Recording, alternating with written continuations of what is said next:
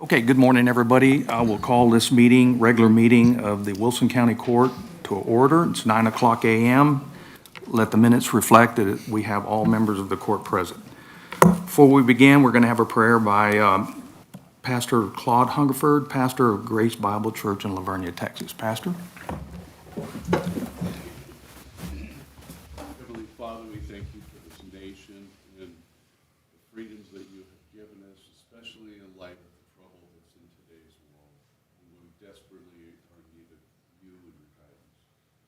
Today, we just ask for your wisdom and guidance on Judge Whitman, the commissioners, and the business that is about the county for the day. In your name we pray. Amen. Amen. Join me in the Pledge of Allegiance.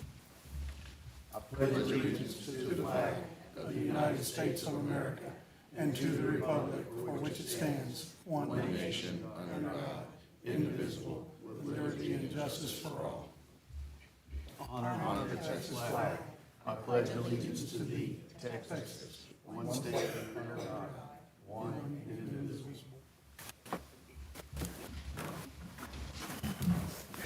Okay, we're going to move to item number 3 on the agenda. Do we have any public comments? No, sir, we do. Is there anyone that would like to make a public comment here that did not sign up yet? Okay, so we have some certificates of completions, awards. Do we have any?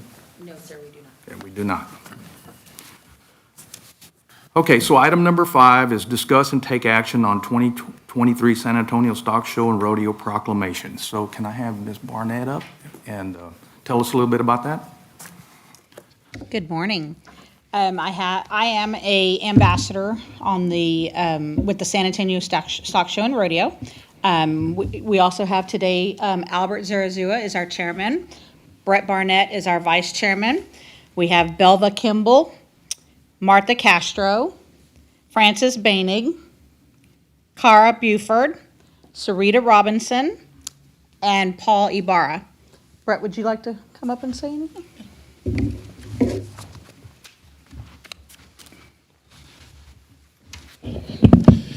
I just wanted to thank y'all for taking the time to do this proclamation for the San Antonio Stock Show and Rodeo on behalf of all the executive board and our 6,000 volunteers that we have.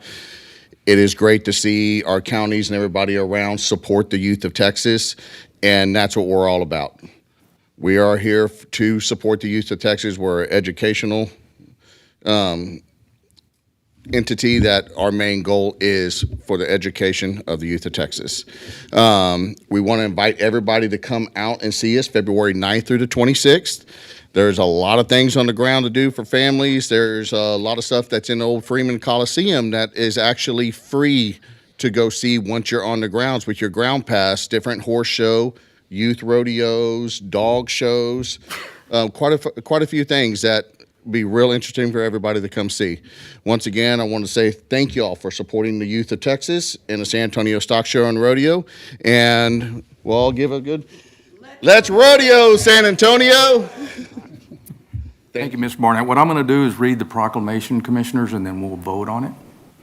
Is that okay with y'all? Okay. Whereas the 74th Annual San Antonio Stock Show and Rodeo, one of the largest and most prestigious events in the Alamo City, will be held February 9/26/2023 at the AT&T Center Freeman Coliseum.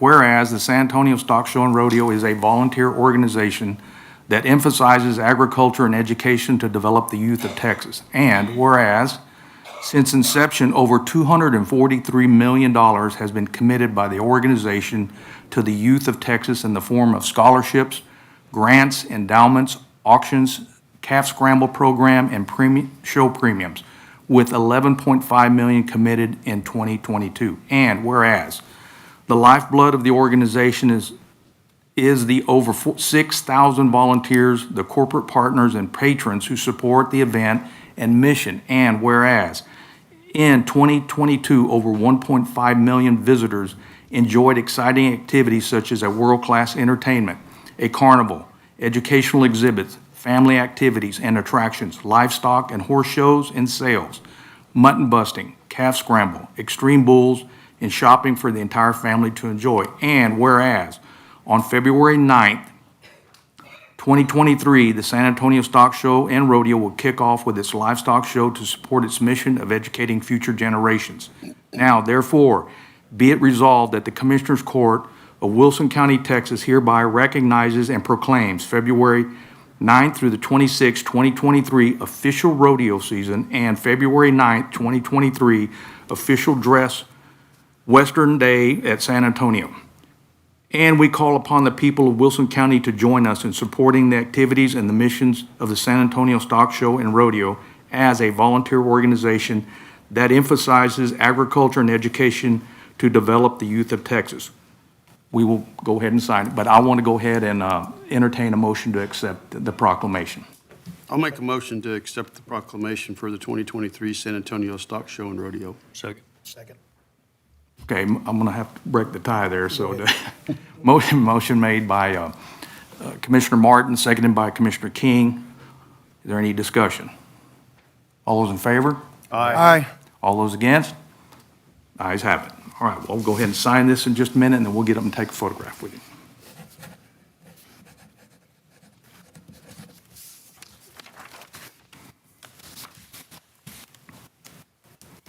I want to ask a question while they're signing. We still have the international room still active, Mr. Barnett? Yes, there's international room is still active. There is an international committee that hosts people from all over the world that come to see our. I volunteered 3 years there. Did you? Cooked a lot of meals.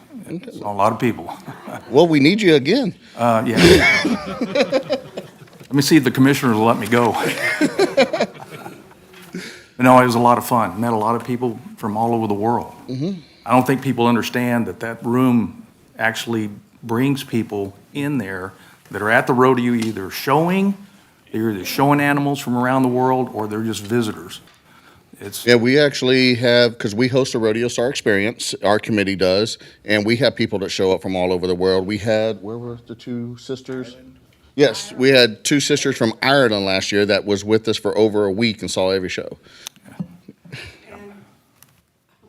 Go ahead, ma'am, yeah. Actually, we had 1,500 people come from different countries come through last year from 81 different countries. Nice. That's it, just. I didn't get to meet them all because they wouldn't let me out of the kitchen. I was in the back cooking. It's awesome. I'm glad that international room's still in full swing. Absolutely. Okay, we need to take a photograph with them, commissioners. Can we do that? Yes, you did.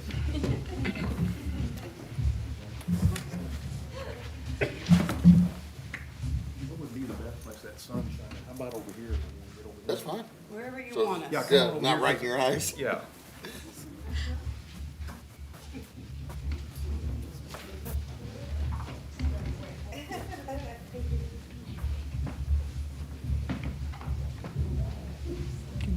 Good morning.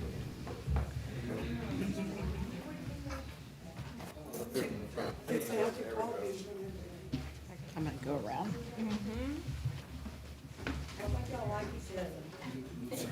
Everybody took a bath.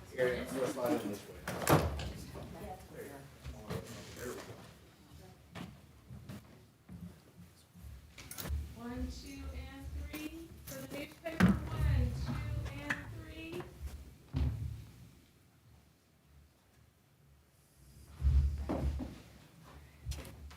All right.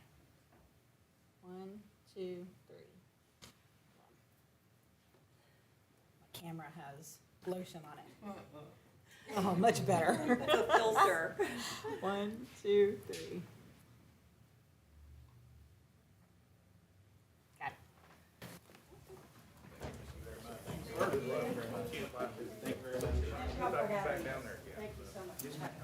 If you do make it down there, give us a call. Yeah. Let me know. I will let you know. Thank you very much. Thank you. I just want to see how much fear went on the face. See you later. Slide it fast.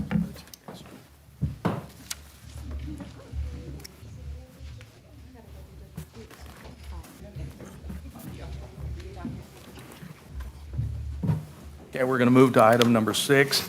Commissioners, I've not discussed this with y'all, but just in case an emergency happens where for some reason your judge is incapacitated, gets ill or hurt, somebody has to become the Judge Pro Tem. So I made a schedule up before y'all, and I'm going to read this schedule. So for 2023, January through June, Commissioner Martin, are you okay with being the judge? And I picked the senior two guys first, just telling you, not picking on y'all. And then through July and December of this year, Commissioner Perdola, you will be the Judge Pro Tem in my absence. For 2024, January through June, Commissioner King. July through December, Commissioner Aiken, and then we start over again. Okay. I'll entertain a motion that we accept this schedule for Commissioner Pro Tem. I'll make a motion that we accept this schedule for Judge Pro Tem. Motion made by, second? Second. Motion made by Commissioner Perdola, seconded by Commissioner King, that we accept the schedule on Judge Pro Tem. Any discussion? Call for the vote. All those in favor say aye. Aye. All those against? Motion carries. Thank you, gentlemen. Okay, so on the next agenda item, this is something that I had early on, even before I was on the campaign trail and before I got elected for the citizens of Wilson County, it was always dear to my heart that we try to find as much grant money as we possibly can. I'm not saying it hasn't been done. I think we need to take a bigger, aggressive approach to that. So, having said that, I'm going to open the floor up. I'm going to ask any of the commissioners if they want to discuss it, because we really need to go out and search a firm or an individual. I've discussed this with Mr. Vino, and I think we're certain that it is a professional service. We don't need a RFP or RFQ. I'm not sure. I don't think we'd need one. We can open it up since it's a professional service that's provided, and I think that's within the guidelines. Y'all have any discussion on this, gentlemen, on this? No, I think it's something that we need to do, though. Okay. Y'all in agreement? I think we're leaving a lot of money on the table for grants we're not asking for, and this county is needing that money desperately. I'm in agreement. Who's going to take the lead on this? Is it going to be the audit, or is it going to be you, Brenda, your office? I certainly can. I know Judge and I spoke about the need not to, or not having the need to go out for proposals for it. Wilson County at one time back in 2015 and 16 did use outside firms. They used GrantWorks at the time. Proposals were sent out, but they were done, or requests for proposals, but they were grant specific. So if there was a certain grant that came to the county, or someone was notified of a grant that needed to be written, and that's where GrantWorks came in, and that's where the request for proposal came in. We have about 10 grants right now that are active. Half of them are renewal grants every year, which we apply for every year, as long as funding is available through the Office of Governor, of which 3 of those are in the county attorney's office, which I spoke with Tom Caldwell about as well, and our assistant county attorney, Ms. Ron, who is also very versed in writing grants as well. So I spoke with her about the possibility of her helping. I think the vision that the judge has after speaking with him is being able to hire a firm to take over the big pieces, the big written contracts or big written grants that are out there that we don't know about. Now, I have not spoken with any of the grant companies because I have a lot of questions for the judge in terms of, are they going to be the ones doing the research? Are they going to be the ones meeting with each individual commissioner or library director or the sheriff? They're going to be the go-between. I'm assuming, I don't know because I haven't worked with any of them yet. So I certainly can find out the information. I just want there to be specific clarity over who's doing what so that we're not missing any deadlines or missing any information. Because just last week alone, my office hired a grant coordinator, and 2 days straight, all we did was grant reporting. And so it's mind-baffling, how one company can just focus on one county or one organization. So by all means, we could definitely use the help. Grant writing is not easy, for sure. Will they inform us of grants? Evidently, we're missing grants, so Well, do we that's not what I know asked the about them? judge. I Or don't know if they actually do the research and come to the county to say, hey, here's an opportunity, you know, do y'all want us to go out and do the research for you? Or are they waiting for the county for me to call them and say, you know, the commissioners brought me this grant and, you know, can you start doing the research and seeing if we're eligible even? So I don't know yet, but I certainly can have those conversations with them. I know Judge Whitman has had a couple of conversations with them, probably didn't get a whole lot of the detail. So if that is the path that you guys want to take, I certainly can take the lead on that and ensure that, you know, all of those questions get answered. We agreed, Judge and I agreed, that we certainly don't have the manpower to sit all day in front of a computer to research what money is out there. We do know there is money out there, but we don't, you know, we don't have somebody who can just sit there and start researching left and right, so. So my limited understanding of what these firms do, and it could be an individual, it doesn't have to be a firm, but there's some that either bill their, whatever their salary is into the existing grants that come in, and that includes either they audit them and they do the paperwork on it, which is fine, because that is the big headache. There are others that don't require any kind of retainer fee, which needs to be discussed further if they come here. So my wishes is if we invite these folks to come in here on a workshop, on a regular open meeting session, and they can present to us, well, how do they go after these grants? What does it cost the county, if it costs us anything? What's their track record? I want to see what other grants they have done, what other communities they've worked with, and then pick the best one that we can so that, you know, we can move forward. Because, I mean, to Commissioner Perdola's point, my expectation would be that they would sort of be our eyes and ears and tell us, hey, here's a grant that y'all would be eligible for. Is this something that you're interested in? I know particularly in the broadband area, there's a lot of money out there, and it's something that we desperately need. But I don't really even know where to get started with that one. I wouldn't either. I mean, just the limited time that I was with them, of course, being just with them and asking them, is there money for our historical society? Is there money for, you know, the county for roads? And of course, they're going to tell you everything's possible. But how do we know where to go for those if we don't hire or get an agreement with these professional services? What's our chances of getting it? Exactly. And I think it also depends too on the level of, or, you know, how much work is going to take into a specific grant. There's another agenda item that the judge and I will discuss through ACOG, but we found this company, GrantWorks, came and, you know, solicited to the judge, hey, we want to do this for you, we're, you know, put us on the agenda, only to find out that it took a phone call to ACOG, and they were like, no, you don't need to hire anybody for this because we're going to help you and to accept the money, et cetera. So, you know, there's always just information to find out before moving forward, and, but yeah, it's definitely worth, you know, giving it a shot, I do believe. I did speak with Ms. Haran to find out if that was something that she would be interested, because she is here on staff as our assistant county attorney, because she has experience in writing grants, although that would not be her sole function, her sole duty here, so I don't know how it would, you know, take up her time in doing that. So she's willing to help us with whatever we need if that's what we decide, so. If I may provide some input, because I used to work at Catholic Charities in their legal department. And so Catholic Charities is a national as well as local organization that really is supported by grants.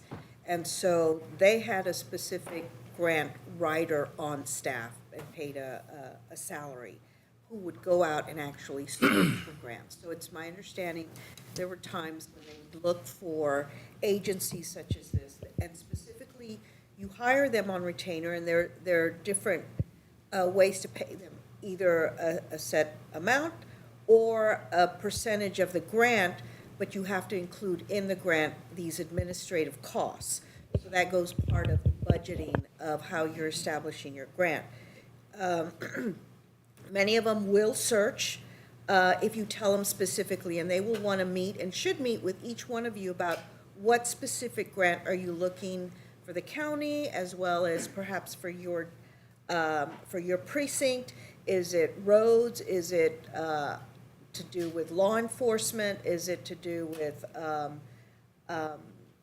perhaps animal control? I mean, there's a wide gambit, so you have to be very specific as to, this is what I am looking for my area, this is what I'm looking for the county. And they will do all that legwork, and they will search for it, and you kind of need to give them some parameters of, this is how much we're looking for. We're looking for $1 million grant, a $500,000 grant. We're looking for a grant that does this. We're looking for a short-term grant, a 2 or 3 year long-term grant that perhaps is renewable. And so that's what they do. And then they need to work with someone within the county that will get the statistics, get the information, work with the staffing, because every staff that contributes to this grant should be paid from the grant, whether it's administrative, whether it's law enforcement, whether it's a county attorney's office, whether it's the court's offices, and so you build into that grant. So they work very closely. I know there's a new person on, because once you get the grant, we are responsible for reporting and doing the numbers and doing the budgeting and make sure that the invoices and all that is taken care of. So with that being said, and doing some of these grants, specifically, I worked with the Department of Justice in getting grants for domestic violence, and I'll be working in Tom's office to get those grants that are dedicated to our office. But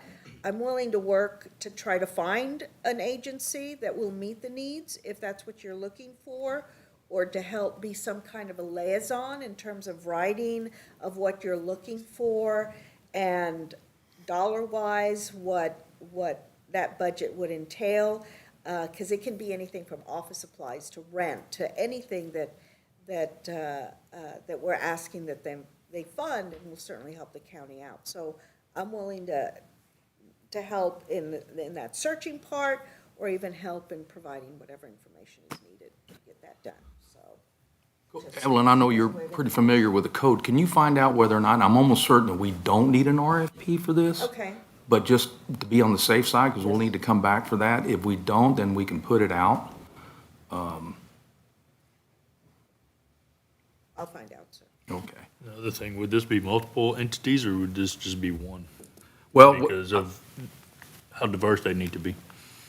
I think that once we put that out and allow these companies or individuals come in and tell us in court what their track record, what do they look, we tell them, are you capable of doing this? What can we look forward to this? What does it cost? If it doesn't cost the same, is it built into the cost of the grant itself, which is wonderful? Those are the kind of things that I want these firms to come in and talk to us about. Commissioner King, in my opinion, it would be beneficial to work with one company. Oh, no, we'd have That's why to I asked choose that question, one. yeah. What I'm saying is the How process diverse it is. here, once we choose that one, we got that one. Right. But they all need to come in and tell us, I mean, if we're shopping for a car, we want to drive the best one. So, Some of them will do the search for us, and some of them, we have to go to them and say, look, there's a grant with the Department of Transportation, and they're providing funding for road improvement in rural areas. We'd like you to look into us possibly trying to get this grant. So some of them, we do the search, and some of them, they do the search. So Well, I think Mr. Trevino just said we don't have anyone that can sit there all day and do these searches and look for these grants, and that's why we're missing some of these grants and this money. So I would be very interested to see that the company would inform us of what's out there and what's available. Because we've already said we don't have someone to sit there and do these searches, so. Well, I'm going to cheat ahead. You mentioned the top 5 and what you're going to do in a little bit later in your presentation. We need to target our top 5. Where do we want to take and have somebody go and be able to give these vendors that we're entertaining for services the target, the goal, so that they're able to go, okay, we know how this wants to happen, but mainly we feel like we're leaving money on the table because we don't have the knowledge of all of the different avenues that we can get free money. Yeah, one of the other things too, to always remember is, ACOG, you know, our local council of governments, that's one of the services that they do provide for us. I was at a meeting at their office a couple of weeks ago, and they are our liaison as well for any of the grants through the Office of Governor. So if there is something, there are so many grant opportunities on that website. Again, it goes back to not knowing exactly what we want funded.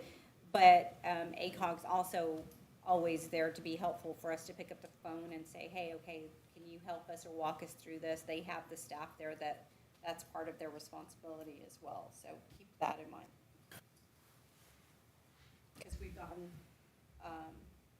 several grants through the ACOG office. And they will be here today.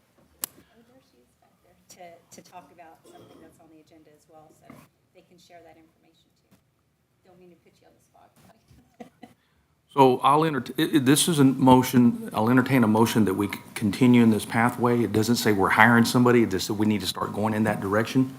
So then now the court knows what we need to do, and then we move on from there, and we'll progress as we keep going through the future meetings. I'll make a motion that we move forward on this project at hiring a grants works person. Okay. Motion made by Commissioner Perdola. We have a second. I'll second it. Seconded by Commissioner Martin. Is there any other discussion? We're going to put you on point for this, Judge. I'm pretty sure I'm going to be on point on this one, so Figured we needed to clear that up that's right all right. away. That's okay. Okay, I'll call for the vote. All those in favor say aye. Aye. All those against? Motion carries. Thank you, gentlemen. Okay, we're moving to item number 8. I'm going to ask Sheriff Jim Stewart to come up to the podium, please. This will be to discuss, take action to compensate Wilson County deputies assigned to courthouse security with monthly compensation stipend for the TCO level certification that they currently hold. This would be in line with the other Wilson County deputies working the field as well as investigators. Go ahead, Sheriff, you have the floor. It came to my attention in December that the 4 officers assigned to courthouse security were not receiving the stipend that I'm pretty sure the court wanted all of the certified officers, commissioned officers in my office to be paid for. Evidently, it wasn't budgeted. All I'm here asking for is that y'all find the money and budget that and pay them back to October, the same as the rest of the commissioned officers. Sheriff, can you explain, it's not the whole, what are the certification amounts? Because I know we did. Certification amounts to training and years service. And it's for intermediate, advanced, and master. Master's piece. So on a master's, what's the highest they can get on a monthly stipend? $100. 75 for advanced, 50 for intermediate. How were they omitted? I have no idea. There may have been some confusion, Commissioner, since they were assigned to a To the different courthouse, area, the and they're not courthouse under security, my and they were budget. just completely left out. They should not have been left out. Okay. Thank you, Sheriff, appreciate it. I'll entertain a motion that we go ahead and compensate the remaining deputies that take care of our security here back to October, which would have been the beginning of the Fiscal year. fiscal year, correct? So, Judge, before that, I just want to clarify or ask a question. Is that money that's going to come from the sheriff's current budget, or are you going to add money to his budget, and where are you going to pull the money from, if so? So I have not, I'm sorry. I'm sorry. Well, let me ask you, where could that be brought into? Because we're not talking a lot of money. It's Yeah, no, very, we're not very talking little. a lot of money. I would just recommend, because the sheriff hasn't been fully staffed since October, that there's probably, correct me if I'm wrong, right, Jalen? The sheriff has not been fully staffed, so there is money available within his salary budget if it hasn't been, I haven't looked at the overtime line, but I think the sheriff's been really cautious with overtime anyway, that we don't have to do a budget amendment to do that. It would just be adding the salaries into or adding the certification pay into the salaries that were left off. Commissioner Perdola, to answer your question, so the way that works in terms of certification pay for this last budget cycle, the sheriff and I worked closely. He provided me he provided me a list of everyone that wanted, or that was going to be paid certification pay, which those 4 people were not on that list. And again, it goes back to those 4 people are under a different budget because courthouse security is a separate fund, and it was just an oversight on both of our parts that neither one of us noticed that they were not included, so. Let me ask, Sheriff, are you okay with that coming out of your budget that exists? Or do you want an amended budget? And to her point, any monies that I can save right now, the cost of vehicles and equipment has risen so much in the last year. I may need any excess money I have in my budget to cover those kind of costs. I'd hate to stretch myself thin on that to cover this small amount. So you're looking at, If they're all masters, 400 times 12 would be 40. $4,800. About little less than Correct. $5,000 a year. Or to get us current, and then, well, it'd be for the entire year. That's if they're all masters. well, And I think you're it looking may at, be yeah, $4,800, per person. yeah, no, $4,800. 4,800 total. For all four. You're adding $4,800 to the 4. Are they all advanced or masters? I don't know. I'd have to go back and look. At the maximum, Three of the 4, I believe, are. at the maximum, it would be $4,800. Now, you have money in in our non-departmental reserve for unexpected expenses that you can, if you want me to do a budget transfer from that over to the sheriff's department to add instead of using unused funds from his salaries, I can do that. That would be for the court to determine. Okay, so if we do that, then how are they gonna get paid in the future for this? We'd have to Would budget. Figure out the amount. No, that transfer. would be for this fiscal year, and then Right. starting of the new fiscal year, we would budget to include those 4. So my question is that 2 different motions there? Or do we have to amend this? If we do a budget amendment and transfer, you guys can approve for that to happen. And then at the next court, I will bring you the official budget amendment that you would vote on the amendment and sign. So we can go ahead and vote on this right now, If wait you're till gonna next. if you're gonna move it from your non-departmental reserve fund and not take it from the sheriff's department fund. Okay. If you're not, if you're only gonna, just use from the sheriff's, then there is no budget amendment to be made. But is that true, since that's really not in his budget, it's in the courthouse budget? Because it's two Because you're different still budgets. moving We're not- money We're not using from the courthouse budget to the sheriff's budget. You have the courthouse security budget aside from his budget. Yes, And in hang on. reference to that, I have a question. Yes, sir. Do I have an overtime budget on the courthouse side? I don't know, I don't have my budget with me, I'd have to And look. I can't You're right, remember. you made a good point, because they're in Fund 2600, so I'd have to go look and see. I don't know if we added overtime or not in there. If there's overtime money in there, there's probably not a whole lot of overtime in the Well, courthouse security. yeah, and just to let you guys know too, the courthouse security fund, which is Fund 2600,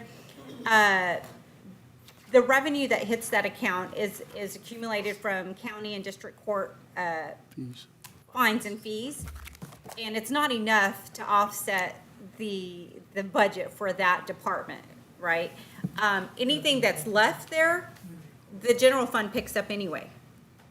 So technically, we can just add it into the courthouse security fund, and anything that's either over if it's over budget, the general fund picks it up anyway at the end of the year when we do our transfers. We just did our transfer this year for last fiscal year. We'll do the same thing for this one. So I honestly don't even think that there's a budget amendment needed, now that I think about it, because we're talking about a completely different fund. So I think we'll be okay. I think if you just make the motion, or my recommendation would just make the motion to approve the cert pay for those 4 people, and then I'll make it happen on my end out of that fund. And if an amendment needs to be made, I'll bring it to the next court, but I don't think it does. Okay, I'll entertain a motion that we bring the other officers up at the courthouse security to the compensation for their level of TCO certification. Make the motion as read. Motion made by Commissioner Aiken, seconded by Commissioner King. Is there any other discussion? Judge, I just want to clarify, we're taking it back to October 1st? Are It- we it- retroing? That would be the right thing to do. Okay. Okay. Okay, thank you. No other discussion, I'll call for the vote. All those in favor say aye. Aye. All those against? Motion carries. Thank you. Okay, Ms. Barnett, item number 9.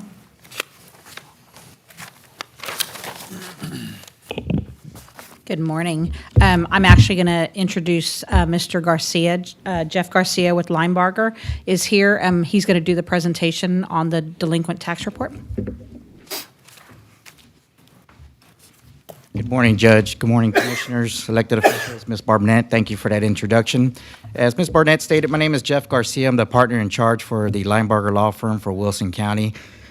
Simply put, we do your delinquent property tax collections. And before I get into that very dense report that you have in front of you, I'd like to introduce somebody that's here with me. She's one of our youngest, newest associates with the firm, Ms. Kara Casillas.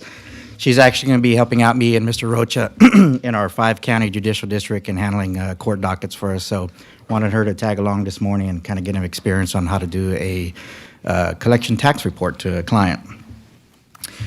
As I stated, you have 36 pages of information, very dense information that's here before you. I am not going to go through that unless you specifically ask me to do it page by page. I'm just going to give a brief synopsis. First and foremost, as you know, property tax bills go out in October for everybody in Wilson County from Ms. Barnett's office, and then those tax bills are due by the end of January. If the taxpayer does not pay those property taxes by the end of January, they become what's considered current delinquent from February 1 all the way through the end of June. We still do not work those accounts when they're during that time period. For the most part, we have to wait all the way to the following July. On July 1, if the taxpayer still has not paid their property taxes, then those accounts are turned over to my law firm for collection. All of our services and all the results that are here before you come at zero cost to the county. And so the question is, Jeff, how do you pay for these services? The answer to that question is the delinquent taxpayer pays for our services. The basic premise behind that is the majority of people pay their property taxes on time, so why should they be penalized for having those that do not pay have the cost of going and collecting those property taxes?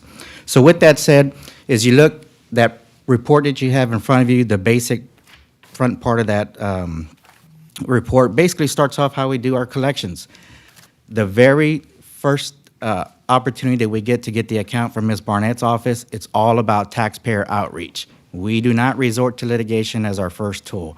In fact, the majority of that first year is nothing but mailers, phone calls, outreach from Ms. Barnett's office. We get in contact with your taxpayer to tell them, A, advise them of their delinquency, and B, perhaps provide them with information on any type of exemptions that they may be entitled to at the appraisal district. All of that is community outreach, taxpayer outreach, and the goal is to try to get them to resolve their delinquency. Again, resolve is different than collect. Sometimes there's other ways that they can help with their delinquency by getting an exemption, disability, homestead, veterans exemptions at the appraisal district. Those are all services that we provide to our taxpayers. Now, after an initial year of trying to collect and advise the taxpayer of the delinquency, and we still do not hear back from the taxpayer, then we have to start moving and doing the law firm work of actually moving forward, perhaps into litigation.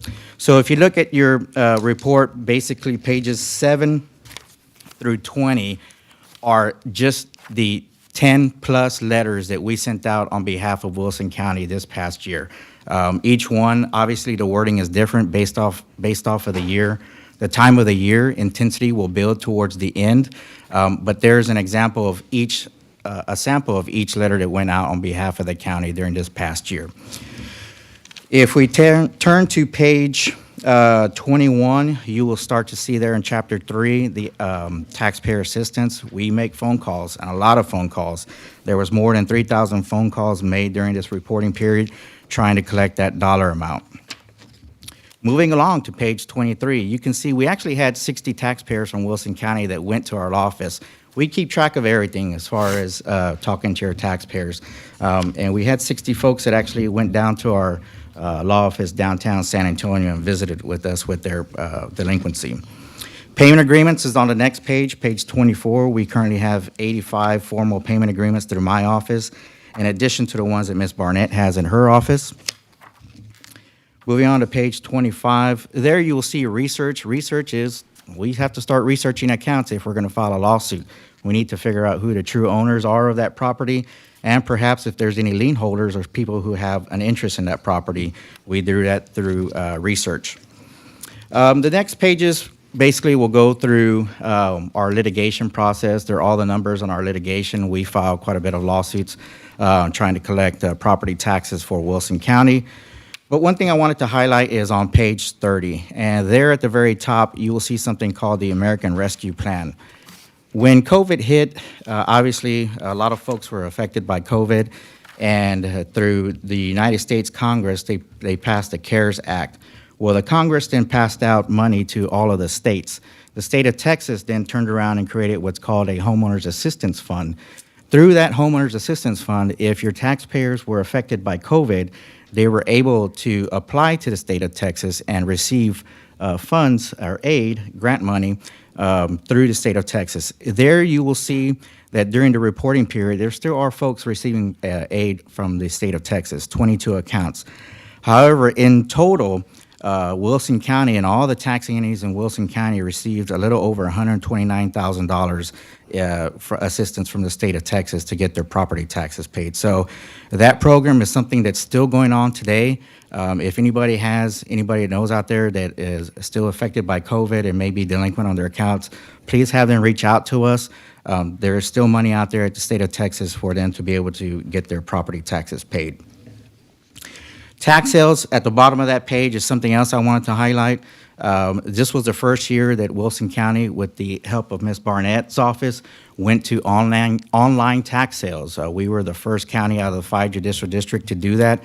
And I will tell you that it really did help out the property tax sales for those few properties that actually make it to tax sale. It took out all of the normal shenanigans that happen at the normal tax sales. It increased the amounts that, as far as how much people were bidding on property taxes, the tax sales, and it just overall increased collections and just cleared up a lot of things that happened at tax sales. So it's a very positive thing that happened with online tax sales, and credit to Ms. Barnett for helping getting that established here in Wilson County.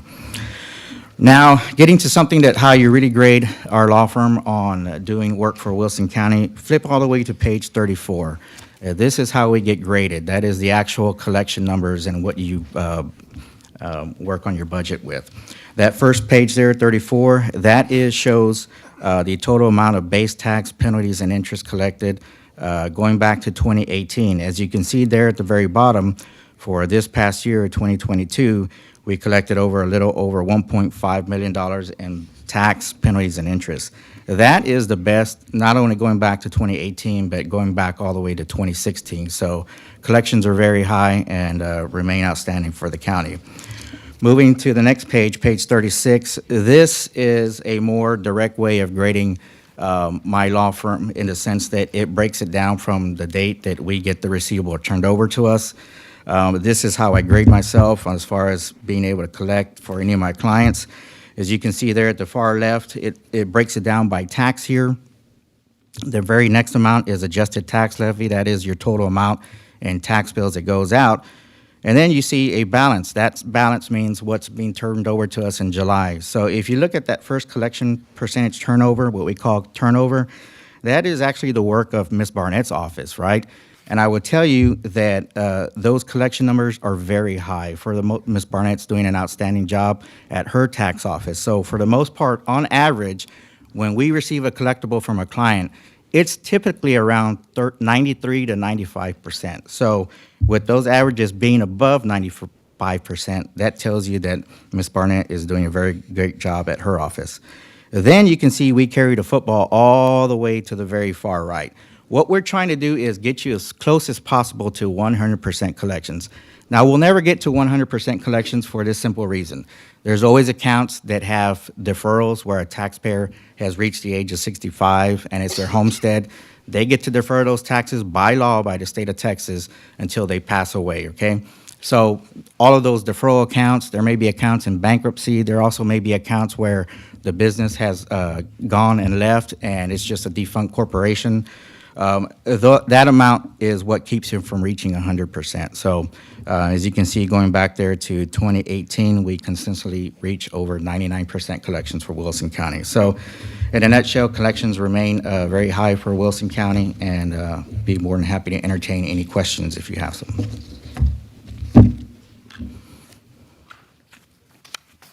Commissioners, you all have any questions? Mr. Garcia? Thank you, sir. Appreciate Thank you. We'll move to item number 10, Commissioner Martin. Present. Thank you, Judge. The By Wilson. the way, Commissioner, don't mean to interrupt you. We had a typo in there. So they had you as Commissioner Precinct Number 2. I don't know if you know, but you have 2 precincts now. Oh, okay, geez, thanks. So we corrected that. I apologize. I'm sorry. Didn't mean to interrupt you. 11 and 12. Yeah. So the Wilson County Historical Society is raising money to renovate the Jailhouse Museum. One of those projects is to install brick pavers from the sidewalk on the corner of C Street up to the jailhouse. And Ms. Neela Hopkins is here today to make a presentation on that. We're looking to raise about $180,000 to finish the second floor. The first floor of the Jailhouse Museum should be opening here shortly. So, Ms. Hopkins, you got it. Here, if you want me to pass it down, I will. Sure. Thank you. How are you? Thanks for having me today. I'm Neela Hopkins. I'm the fundraising chairman for Wilson County Historical Society. I was really kind of hoping to have a fancier presentation for you, but I'm quite technically challenged, so you get a brick. The society took on the project of restoration of the jailhouse around 1989, and they've been fundraising since. The Wilson County Historical Society with Viola Henke, who is here today, has produced the Floresville Opry for 11 years. And most of the profits from the Opry go to the jailhouse renovation. We have fundraisers, it seems, all the time, and we get outside donations from numerous people in the county. As Gary said, our goal is to raise $180,000 and get this project finished this year and get the museum open. So that brings me to why I'm here. We are selling engraved bricks that will replace the sidewalk from the street up to the door of the jailhouse. For $100, you get 3 lines, 20 characters per line, and that includes spaces and punctuation. They are laser engraved. They're pretty cool. This will allow families, individuals, put their mark on Wilson County history. And there is just, I'm amazed on how much history is here and the people and the stories. So how neat it is to have somebody's grandfather or great-grandfather, their name, and, the stories continue, and I think that's what's most important, to keep the stories and the education for our kids on history. We're keeping this project local as well. We have Mike at Big Mike's Outpost, who is going to do the laser engraving, and local contractor Doug Facey is going to install the sidewalk. Now, I was told that there is a dedication celebration for Texas Rangers coming up in April. I'm hoping that we get some of those families to buy bricks for their family, their loved ones. And what I'd like to do is install those specific bricks by the marker honoring Captain Will Wright. I talked to Mike about engraving a badge on any law enforcement person, if that's what they'd like to have on the brick. I'm really glad to see you here, Sheriff Stewart, because I was planning to stop by and make an appointment to talk to you about this. Our law enforcement are awful special to us. I gave you a packet with pictures of the sidewalk and how we were kind of planning to divide this out. My goal is to start at A, right by the front door. That's going to take 490 bricks. So we want to get as many as we can to get that going at that point and then work our way down to the street. There's also flyers there. There's a little bit of information about the jailhouse. I don't know if y'all have read anything about it. On the flyer, there's a QR code. You can scan it, takes you right to our page to order a brick. You can also order them online at wilsoncountyhistory.org. And on the back, there's an application to be a member of the Historical Society. Gary and Judge, you know that we're a good group. We meet the third Tuesday of every month, and there's always some good presentation, historical presentation. We also have plenty of good snacks that's provided by the membership. We have some other fundraising projects in the planning stage, one being a limited edition coin. And what we'd like to do is get pictures of historic places around the county. I don't know if you want to look at this. It's laser engraved. It comes in a little case. And so we'd like to present that too as one of our fundraising projects. I'm really here also to ask for your help in spreading the word and get this information out to everybody in Wilson County. That's a goal too, to have all families represented. And because I put some order forms there, feel free to buy 1, 5, 10 bricks for yourself. That'd be nice. I'll be here for all day. Tell them how many we've got already. We have being engraved right now 21, and he's taking it in increments of 20, and I've got another batch ready for him to get. So that works for him. Now, we've just started this January 1st, so I don't think that's too bad for only a few weeks. And it's been in the paper, on Facebook, and now I'm hoping y'all will get the word out too. Phone numbers are on there for information. Like I say, you can go to wilsoncountyhistory.org and get all kinds of information. So, any other questions? It's going to be pretty.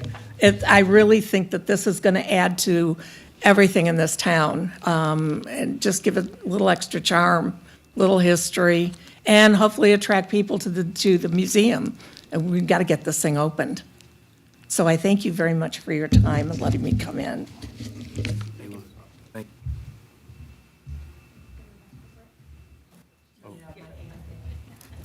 Your boat anchor? Okay, we're going to move to item number 11 again. Commissioner Martin, discuss and take action on allowing the Wilson County Historical Society to use the Wilson County Courthouse room for its monthly meeting on the third Tuesday of each month from 5 to 9 p.m. Commissioner? Thank you, Judge. So currently, the Wilson County Historical Society meets in the archive building next door, right here on the corner. Our last meeting was last Tuesday, and we had so many people there, it was standing room only. And we do have, or we're going to put together a committee to try to expand that space where we can continue to meet in there. But in the interim, we just need more space to conduct our meetings. And I would propose that we allow them to have their meetings in here. They do serve refreshments, so we'll probably use the jury room for refreshments. Bathrooms are available here. We have an elevator to get handicapped folks, or folks that need assistance upstairs. And we got a lot more seating here, and would be more conducive to conducting our society meetings and making our presentations a little easier for the presenters to make also. So with that said, I'll make a motion to allow the Wilson County Historical Society to use the Wilson County Courthouse courtroom for its monthly meeting on the third Tuesday of each month from 5 to 9 p.m. Is there a second? Second. Motion made by Commissioner Martin, seconded by Commissioner Perdola. Is there any other I have discussion? discussion. Yes. I think that's the same date that the Wilson County Republican Party It is. meets in that room.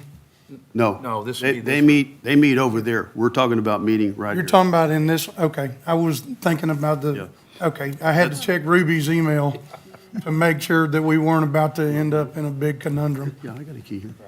All right. They're in the other. That's in the Justice Center. We're going to take and dedicate this room. It's his wife, the member, so. Oh, okay. I just wasn't sure. I was like, here to open. Yeah, and Mr. Vigna asked who was going to open and close, but I'm a member of the judges, a member of the Historical Society, will be here, and also Hawkins, his wife, is a member, and I think she's going to make her husband become a member, so he'll be here too. So we'll make sure that it gets locked up when we're done. And I'm going to add into discussion just how important the history is of this county. I wasn't born here. I wish I was. I had been. But I'm going to tell you that a lot of people don't know the most Rangers born in one county, Wilson County, 45. Now, a lot of other Rangers lived here, but they were not born here. Captain Wright was not born here. He's from Lockhart. That's a lot of history. And not to mention, one of your most famous county judges was from the Alamo. Juan Seguin was one of your county judges here. A lot of people don't know that. So. All right, all those in favor say aye. Aye. Against? Motion carries. Thank you. Again, this is the Gary Martin Commissioner Precinct 2 show. Item number 12. Okay. So I guess it's been almost, well, a year and a half ago, I guess, when we started to receive our American Rescue Plan funds, we formed a committee that was called the Wilson County Coronavirus State and Local Recovery Fund Committee. Due to the change in the judge and then one of the persons that was on that committee resigning, we need to appoint 2 members. And so I'm recommending that we appoint Judge Whitman to replace Judge Jackson and Kayla Trigo, who's our new employee, to replace Michelle Moore that sat in that same position. So with that said, I'll make a motion to appoint Judge Whitman and Kayla Trigo to the Wilson County Coronavirus State and Local Recovery Fund Committee. I'll second that.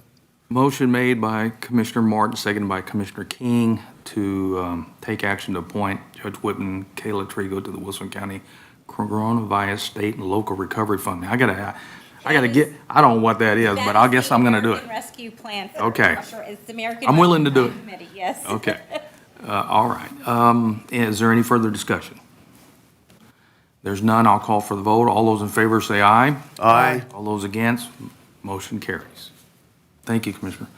All right, item number 14, we have a report from Rebecca Scriven, permits and. 13. I'm sorry, 13. Did I skip one? Yes, sir. Skipped one. All right, I'm one check. I'm glad y'all are paying attention. All right, we have the report from our county auditor, Ms. Trevino. Yes, so this is, we received a letter from ACOG, which is the Alamo Area Council of Governments, regarding a regional mitigation program funding that Wilson County was allocated. There was almost $30 million that the state is allocating through method of distribution, MOD. And Wilson County is a recipient of $1.3 million of that funding. We invited Ms. Claudia Mora. She is our Regional Services Administrator for ACOG. We asked her if she could come and kind of explain what this is in the hope that the court will accept the money so we can come up with a plan on what we're going to do with it. So thank you, Ms. Claudia, for joining us. Thank you, Ms. Trevino. Judge, Commissioners, I'm Claudia Mora, the Regional Services Administrator from ACOG. Thank you for making time for me today and for presenting this item on your agenda. Back in 2018, Hurricane Harvey hit 3 of our counties, and they were Comal, Guadalupe, and Karnes. Not all of the money was spent that was allocated that came down through the U.S. Department of Housing and Urban Development to the Texas General Land Office. And so a few years later, here we are and with some leftover monies. The GLO made an amendment to the action plan for Hurricane Harvey, and through the amendment, ACOG staff was able to ask for a waiver to include counties that were affected by the 2015 and 2016 floods. And Wilson County fell into one of those years with all that rain, heavy rain and flooding. And so now we have 9 counties that were eligible for this $29.8 million that was allocated to the Alamo region. In addition, there were communities within these counties that also qualified for funding. And so what we did is we went through a series of drafts to develop a method of distribution. And we used 3 factors to determine who got what. And so those factors included population, low to moderate income, and what they call a social vulnerability index. And what that means is any economic, demographic, physical factor that would affect a population would be considered. So for example, if Wilson County had 53,000 individuals, the likelihood of that social vulnerability index being impacted at a great rate was high. And so that came into play, and that actually took into consideration the entire county as opposed to just low to moderate income. Now, the requirement is that at least 50% of these funds must benefit individuals who fall into that low to moderate income category. What the monies can be used for are such things as road and bridge improvements. Regardless of where you live in the Alamo region, when it floods, and certain streets wash out, certain roads wash out, certain bridges are impassable. And so this happens every time we have a severe rain in our communities. So with these monies, we felt that everybody who was affected by all those disaster incidents earlier in this century, it's kind of funny to be living in the second century that, anyway.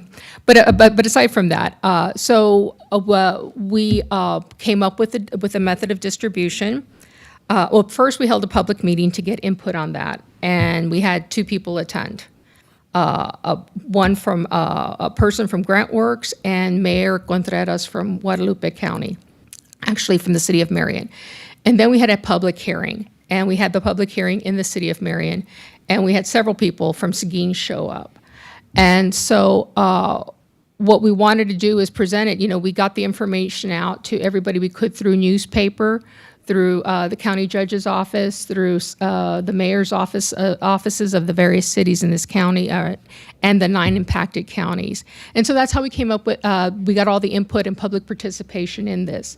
So now the ACOG Board of Directors has approved the method of distribution, and before we send it to, or complete the package to the GLO, we want to let the counties and cities know you are eligible for these funds. If you accept these funds to do a project, an infrastructure project, great, we would like to know that. If you decide not to accept the funds, we still want to know that. At this time, I'll entertain any questions that you may have. Yes, sir. So you're going to give us the guidelines on how and where these areas are so that we make sure that the projects meet the intent of the grant? Yes, sir. ACOG will do that. And once you accept the funds and we submit that to the GLO, they will send you directly, in fact, addressed to you, Judge Whitman, what all Wilson County needs to do to access the funds. But yes, ACOG will provide that other information for you. And in fact, I'll provide it to Ms. Trevino, and then she can get it to you. Thank you. What's our timeline? We need to submit your acceptance or declination by the end of March. That's just to accept or decline, but the project itself, we have a certain amount of. Yes, and the GLO will come out with those instructions. So, Commissioners, I have a document here in front of me that says we can either accept it and I sign off it or decline it. So, You mentioned road and bridges. Yes, Is sir. that the only thing it can be used for? No, sir, it can actually be used for some repairs to housing. There's also some information that we provide, that Ms. Trevino actually looked up, and these are, we decided to leave it open as far as what the law allows. We didn't want to restrict you. But the main ones seem to be the road and bridges and some housing area, not development, but repairs. I have one particular bridge in my precinct that about a month ago, we had pretty good flooding up in the northern end of the county, and a car was actually washed off the road. Oh, my. A one-lane bridge, and every time we get heavy rain, that bridge is Same thing. underwater and impassable. Exactly. okay. Thank you, ma'am. I appreciate it. You're welcome. All right, Commissioners, I'll entertain a motion that we accept the funding through the Regional Mitigation Program in the amount of $1.3 million administered by the ACOG and the Texas GLO. I'll make a motion that we accept that grant. Motion made by Commissioner Perdola. Is there a second? Second? Seconded by Commissioner Martin. Is there any other discussion? I call for the vote. All those in favor, say aye. Aye. All those against? Motion carries. Thank you. You want to wait, I can get them to sign Thank you, Judge and Commissioners. No, thank you. Thank you. Thank you. Thank you. We appreciate your help very much. Is there any way we can get that information so we can start looking at what projects, or is it in that? Yeah, well, so what'll happen is we're gonna give her this letter of acceptance, she's gonna submit it to the general land office, and then once they receive it, then they'll send us all of The package or packet. whatever? Okay. And then from there, I'll distribute the information, and then the court will have to. Yeah, we just put delineators on one, but they've knocked the rail off of one side to where on 427, it's easy for them to take and come off of it. Okay, now we'll move to item 14, Rebecca Scriven, Permits and Development Director. Ms. Scriven? Looks like your road.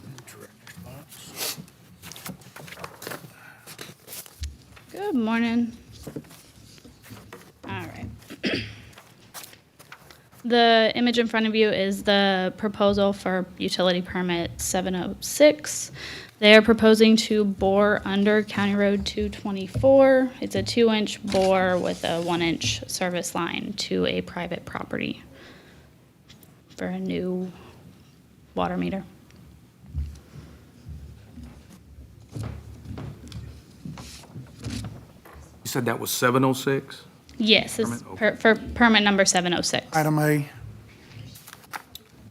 I'll make a motion to approve this permit for 706 for that 2-inch bore and that 1-inch line. Second. Motion made by Commissioner King, seconded by Commissioner Martin, that we accept permit number 706. Any other discussion? I'm sorry. All those in favor, say aye. Aye. All those against? Motion carries. Okay. 14B.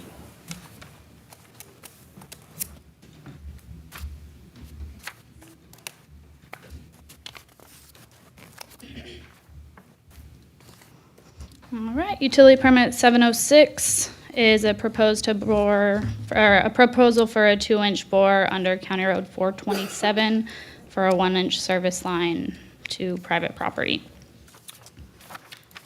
I make a motion that we approve number 707, permit for Sunco Water Supply to bore underneath the county road. And this map is incorrect. It's actually on the other side of, whenever you take and follow out the GPS coordinates. Google Maps didn't do us justice in this, but I went out and inspected the site, and I have no problems with it. Okay, and I'll get them to submit a corrected site plan as well. Motion made by Commissioner Aiken. Is there a second? Second. Seconded by, I thought Jeff did it. I'm sorry. He did. Okay.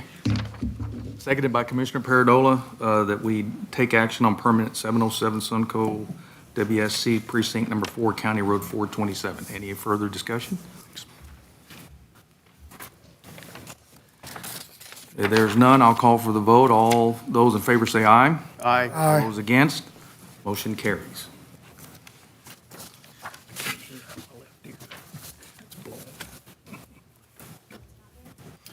It's actually on the other side, and if you use the GPS coordinates that they provided in their permit, they're spot on. Okay. It's just Google Maps threw a bad map right there. Yeah, gotcha. Is it his They precinct? did Yeah. submit a separate one, so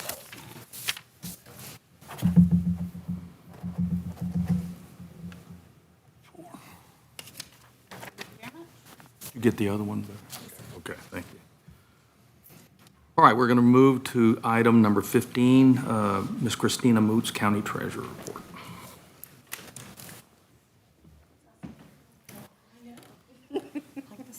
Good morning. I am presenting to you this morning, October and November balancing. Thank you. And then this one will be the one to turn in the county clerk's Okay. signature. I've got 2 copies there.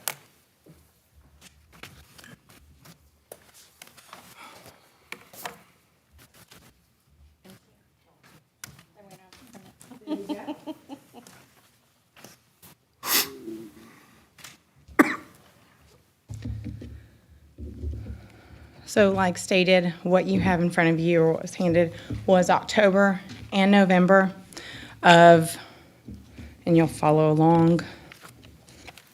Let me flip the page. So the first page, obviously the cover letter is stating the month and followed by what our debits and credits were from the checking accounts and our CDs that we do have at our depository, as well as our investment accounts listed on the page. It does show what interest we're getting, our beginning and ending balance, and any contributions or deposits that were made. Yeah, as you will see, looking then forward in November, you'll see those rates rising. It's looking very, very promising. But moving on then, the outstanding debt that's also listed, what's included is we do still have, of course, that last payment for the bond, and then, of course, all the lease purchases, all the equipment that is still being paid on. Followed by then our FI financial system or software showing the transactions for that particular month with all the funds listed. So we got the second half of the American Rescue money? Yeah, Yes. that Oh, was yeah. in last year, in May of I was going to say June, yeah, May or June of this last year, yes. Then not to skip ahead, definitely, but just to note, then on November, is it, I believe, 2 things.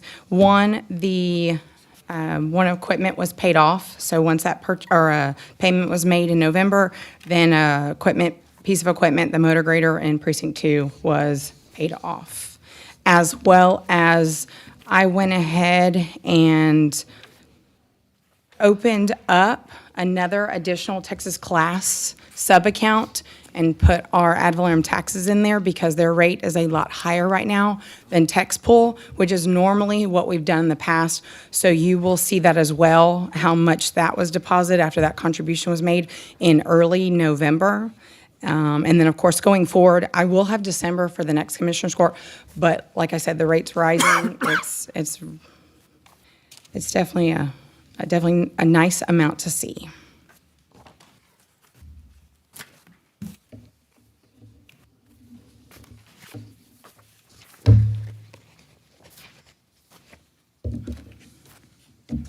And definitely to keep up with, so y'all know, for October and November, we were covered way over the recommended amount. So October was 125%, as well as November, since our taxes come in, they definitely want to make sure it's 252%. So, good thing. clarification, for ending November 30th, that 26,000 under Texas Class, that was just the The 25,000? 26,127, the deposit in Texas Class? Yes, what month? Because that should just be the interest. Yeah, that's what I'm. Yes. Only interest. That is only interest for that one account. And of course, it was based on the contribution we made of $10 million. Yeah, so just for historical knowledge, prior to, when did it start dropping? Probably 3 years ago, maybe 4. Probably. Prior to that, we were getting like hundreds of thousands of dollars in our interest account. And then it just, boom, it just dropped to where we were getting like less, I think in fiscal year 21, if we got 30,000 for the whole year, that was probably a lot. So Yeah. it's really good to see 26,000 in 1 month. Yeah, and that's definitely was pushing it, because just a trend, going back to, let's just say, May of TexPool, we'll use them, because of course now we have Texas Class, but TexPool was the only one we had, that was probably a little over 10,000 of interest. And now we're moving forward to November, and you see that as well. And then going forward and seeing December's, we're looking at a little over 40,000. And you'll see that next Commissioner's Court on the report. But yeah, the interest is at least over 4%.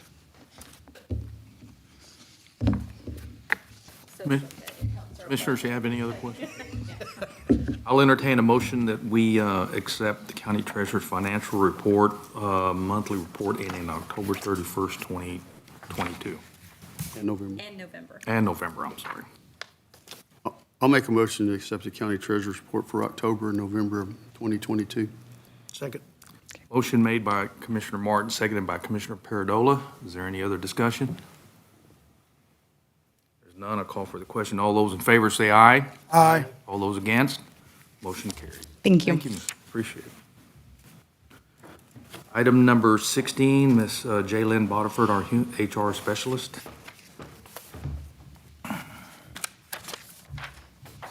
Good morning. For new employees, we have Michelle Tackett that was hired as a court clerk for Justice of the Peace Precinct 1, making $16.42 per hour or $34,153.60 annually, effective January 11th.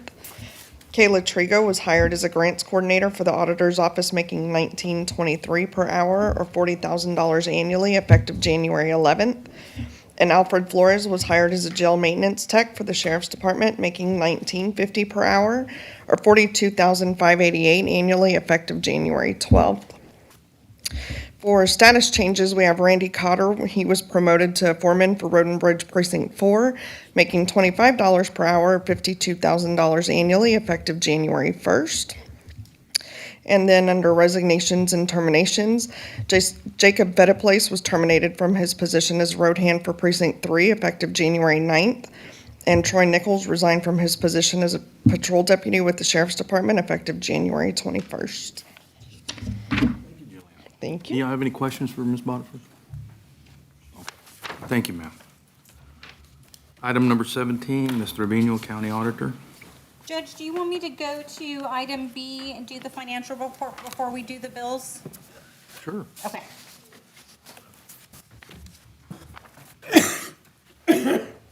What I'm handing out to you is an unaudited financial report for the year ending 9/30. As you know, our year gets audited by an external audit firm, which I'm in the process of getting some quotes from the county. So these are just my numbers that are unaudited for October 1st, 2021 through September 30th, 2022. I broke it out into 3 different sections: budget status, financial statements, and then the schedules of revenues and expenses. So if you'll turn to page 2, you'll see the top 5 revenue sources for last fiscal year, which represent 93% revenue in the general fund. And so I'm referring to them as the top 5. Number 1 is our ad valorem taxes, then our federal prisoner care, our tax and auto commission, our county clerk fees, and our landfill fees. So those 5 revenue sources make up 93.6%.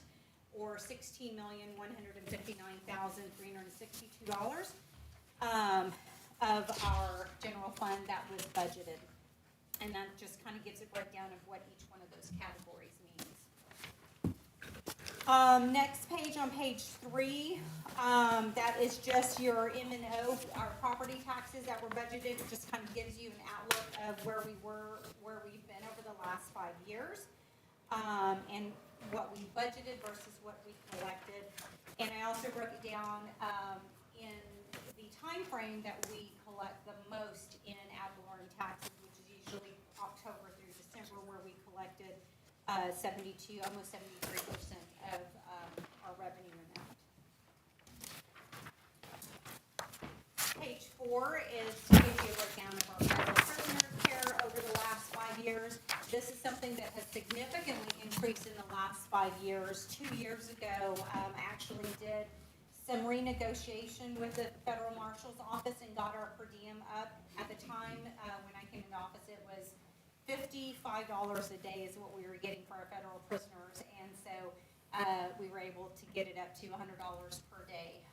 And so that has significantly increased our revenue in that stream, as you can see there over the course of 5 years.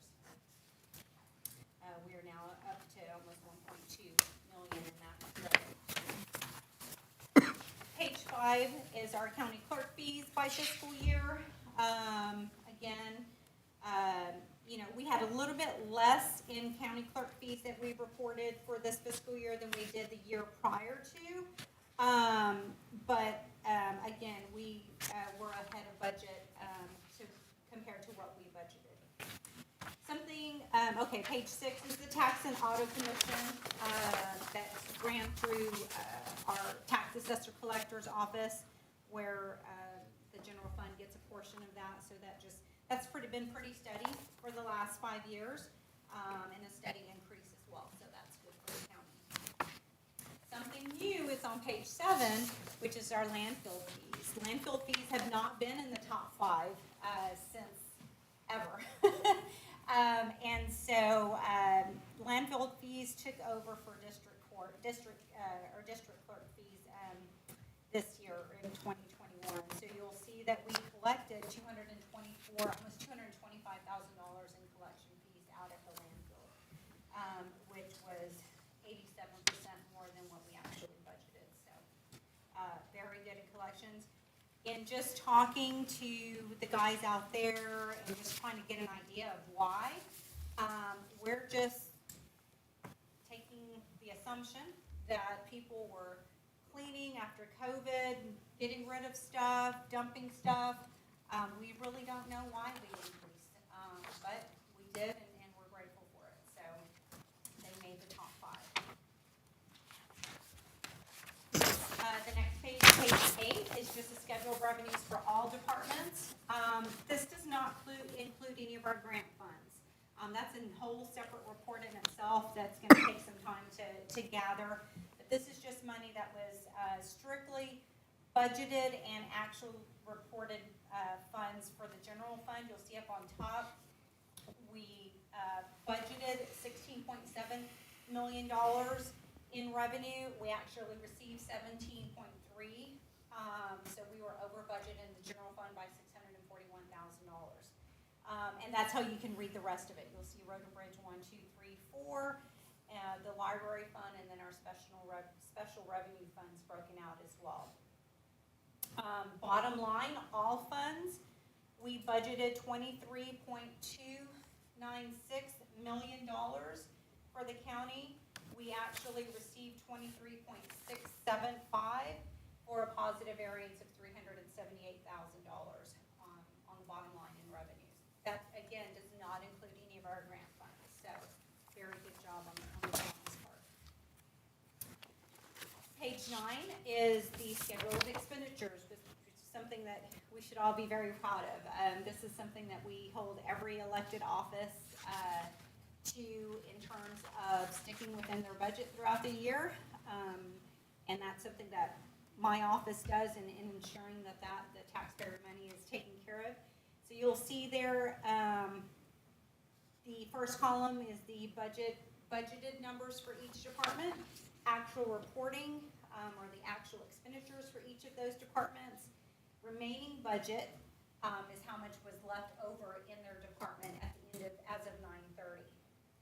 If you see something in parentheses, in this particular, in the schedule of expenditures, that would mean that that department went over budget. There are reasons for that, and I certainly can explain to you any of those. There were only 3 departments out of all of them that were over budget, and there is reason behind those, and so I can certainly visit with you after court, or sometime this week we can schedule a meeting in my office and I can go over with you why that occurred. But it certainly did not affect our bottom line. As you can see, we budgeted $16.68 million in expenses. We spent $15.3 million for a positive variance of 1.3. Very good on the county's part. Page 10 is a breakdown of all of your other funds, Road and Bridge, library, special revenue funds, and again, all funds together. We budgeted $23.48 in expenses for the entire budget. We came in at $21.9 million with a positive variance of $1.5 million. And then your last page is our 2015 bond. That just gives you an idea of how much we for the construction in 2014. And we are almost halfway there. So that just kind of shows you how much principal and interest that we pay each year and what we have left. And part of our ad valorem goes directly to cover that. So normally this report comes out, I try to have it ready by late November, early December. With 7 new officials coming, we had a very tight schedule this year, so I was not able to get it in December, so you guys get to see the first look at it. I know that's a lot of information for you. I did email it to you late on Friday, but please feel free to schedule some time to meet with me, and I'll be happy to sit with you and discuss in further detail if you have any questions about it. Or if there's anything that I can answer now, I'll certainly try. Certificate of obligation was the last page? Yes, sir. Okay. Any questions for me right now? Commissioner? Okey-dokey. The next thing I have then is our bills that I've reviewed and have approved $549,280.70. Actually, let me get this one to you.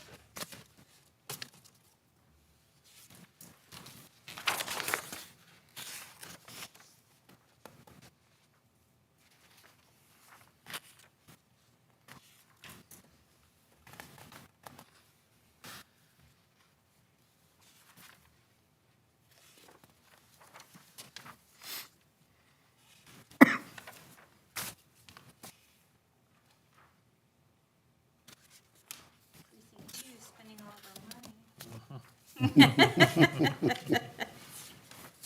Is that one or two? I'm confused. The real two. Okay, the real two. The real two.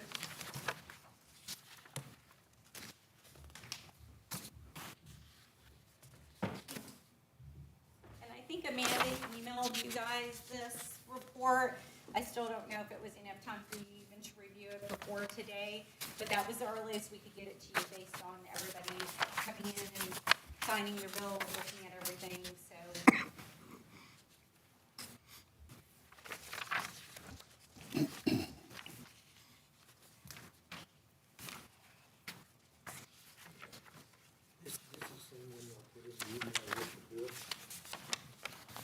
Yes, sir.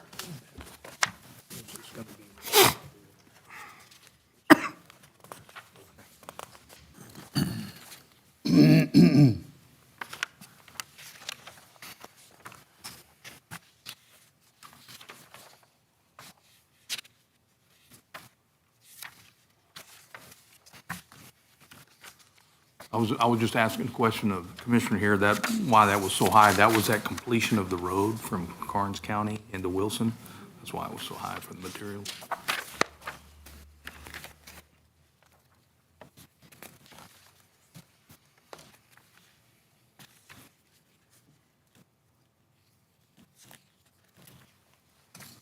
What is this KCI Technologies on engineering and architectural?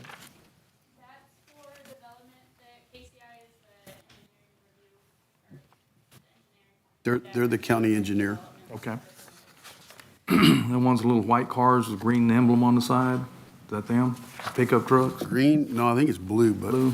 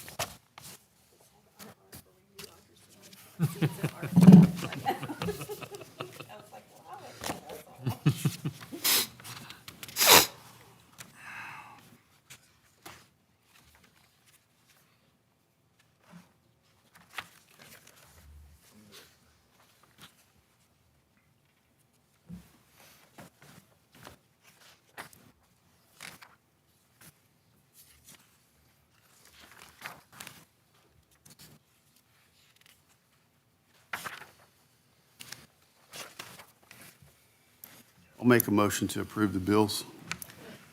Motion's been made by Commissioner Martin. Any second? Second. Seconded by Commissioner Paradola to accept the bills. Is there any other discussions? Call for the vote. All those in favor say aye. Aye. All those against, motion carries. Thank you. All right, that comes down to our adjournment, item number 18. If there's nothing else, the time is 10:30 a.m., and we are adjourned. Thank you all for showing up. Appreciate it. Judge, you want a motion? I'm sorry? You want a Yeah, motion? we technically need a motion. Yeah. Oh, ahead. Make a you know, motion. You're right. I said that last time, didn't I? Yeah. And it never has been done until that first time. Okay. I'm going to entertain a motion that we adjourn. Motion. Seconded? Second.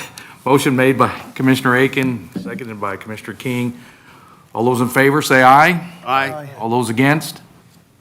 Motion carries. Wait and study. It's not debatable either, so. Not debatable.